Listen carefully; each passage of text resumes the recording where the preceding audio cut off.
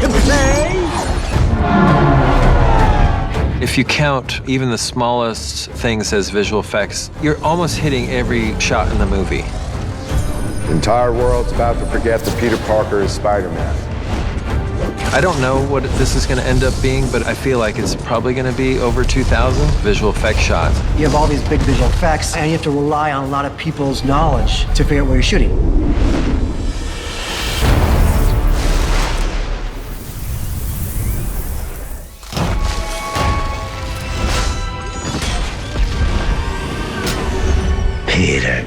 Peter. We weren't able to get assets for a lot of the digital characters from the Raimi and Webb films. So those we had to kind of get going from scratch. You know I can give you a real makeover. However, there's some practical things that we had access to, for example, Doc Ock's arms and things like that that we rescanned. It's like a bunch of repeating joints. And then digitally, we tend to create additional substructure and mechanisms for how it works to make it cooler and more complicated, but still living and true to the original as much as possible. The power of the sun in the palm of my hand. Nothing will stand in our way. Nothing! Would you look at that? For Sandman, he's going to always be 100% digital. I've had a lot of really interesting discussions about how they move. If you're made out of sand, and would you think it's the most practical, efficient way to get from across the living room floor to make yourself into a human shape and walk? Or would you just sort of blow over there? In my mind, he's always shifting, and then if there's a moment of dialogue, he'll sort of coalesce and have that moment of dialogue. What do you mean you're not my Peter? What the hell is going on? And then kind of go back into shifting again.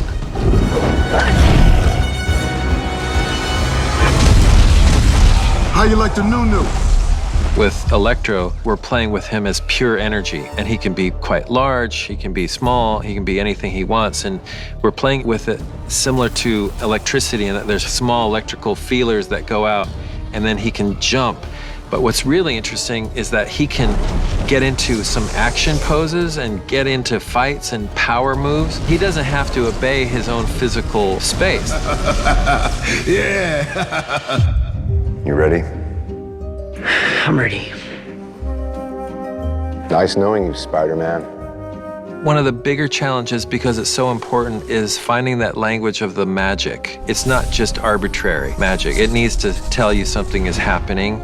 When we had Doctor Strange in the Sanctum chamber, we had some interactive light. We know that these little pieces of magic are luminous, so they're lighting up the world and Peter Parker. And he's sort of doing his hand gestures, and he's channeling his energy and basically writing a spell of magic around the room. And so the interactive lights that we have on set get increasingly chaotic.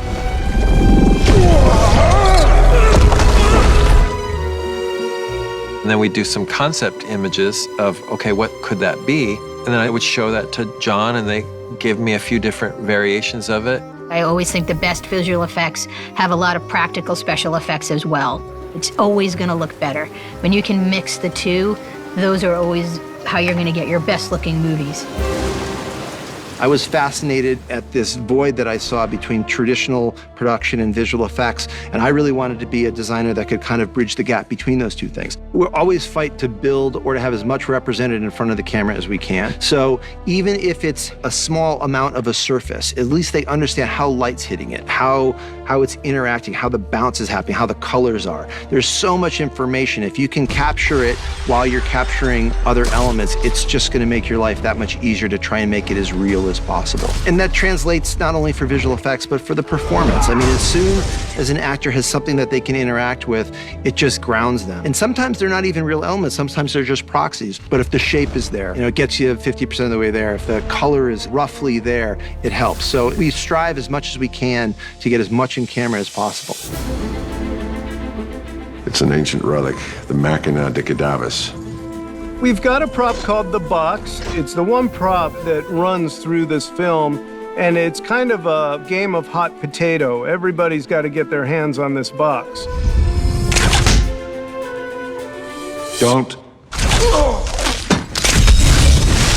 It's an ever-changing, evolving prop. Our prop on the set is green. because it is ever changing and it becomes a CG prop. It's a great example of how can we physically help the actors with their spatial relationships in a prop, passing it back and forth, throwing it. So we've got to a place of where this is what it should be in our physical world.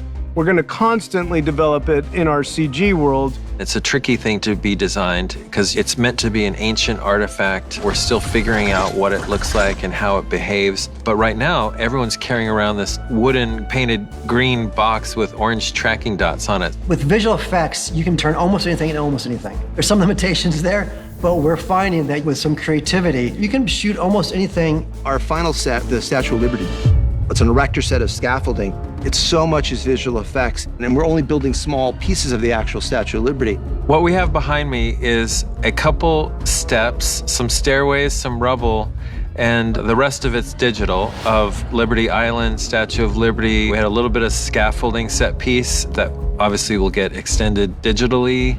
A lot of the characters will be digital. Effects, meaning falling debris and all sorts of things like that. Electrical effects, sand effects, like you name it. So there's a ton of effects, not only in that sequence, but all throughout. The island itself will be extended digitally. Because it's an island, you've got the water in between, which will be digital as well. But then the deep background, like the cityscape, we had a location team that did helicopter plates at night and morning. Because the scene kind of happens from night into sunrise, then we'll have to make adjustments to that. But we'll start with some deep photographic background. I have a hard time imagining a single shot in that last end battle scene that won't have some digital component to it.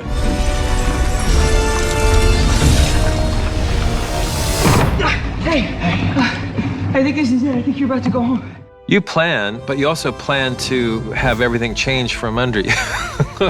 So I think that's weirdly part of the plan. At the end of the day, it's always about story and making it the best story as possibly it can be. And if that requires like completely changing out an environment or a costume at the last minute, we have to be prepared to do that.